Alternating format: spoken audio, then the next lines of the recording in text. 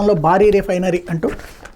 Petrochemical complex కూడా 6,100 కోట్ల అంచనాతో ఏర్పాటు అన్నటువంటి వార్త ఇక్కడ కూడా హైలైట్ చేశారు. మరియు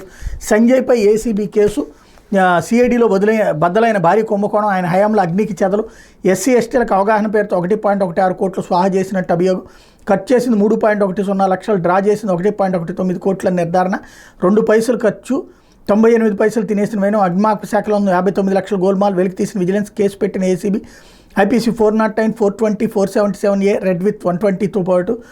పీసీ యాక్ట్ అన్నటువంటి వార్తని హైలైట్ చేశారు. ఇప్పుడు తప్పైపోయింది అంటూ చిక్కడపల్లి పోలీస్ స్టేషన్లో అల్లు అర్జున్ కన్నీరు తొక్కిసలాట వీడియోలు చూసి భావోద్వేగం, న్యాయవాది సమక్షంలో పోలీసులు విచారణ, ఉదయం 11:05 నుంచి మధ్యాహ్నం 2:45 వరకు 3.5 గంటల పాటు అల్లు అర్జున్ ప్రశ్నల వర్షం, సినిమాకు నేరుగా వెళ్ళక రోడ్ షో ఎందుకు చేశారు, అనుమతి లేని రోడ్ షో చేయడం తప్పని తెలియదా, రేవతి చనిపోయిన విషయం మీకు ఎప్పుడు తెలిసింది, వెళ్ళిపోవాలని ఏసీపీ చెప్పిన ఎందుకు వెళ్ళలేదు, దర్యాప్తు జరుగుతుండగా ప్రెస్ మీట్ ఎలా పెట్టారు, దాదాపు 20 ప్రశ్నలు అడిగిన పోలీసులు, వాటిలో 1-2 మినహా అన్నింటికి బన్నీ సమాధానం, న్యాయవాదుల సూచన మేరకు కొన్నిటికి దాటవేత, ఎప్పుడు పిలిచిన విచారణకు వస్తాను స్పష్టీకరణ, 3 సార్లు విరామం బన్నీకి టీ ఇచ్చిన పోలీసులు, ఠాణా వద్దకు అల్లు అర్జున్ మామ,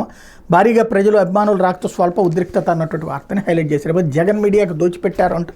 సమాచార మాజీ కమిషనర్ విజయ్ కుమార్ రెడ్డిపై ఏసీబీ కేసు, పత్రికల సర్క్యులేషన్ ఆయన పట్టించుకోలేదు, టీవీ ఛానల్ ప్రేక్షక ధర్నా చూడలేదు, నాటి అధికార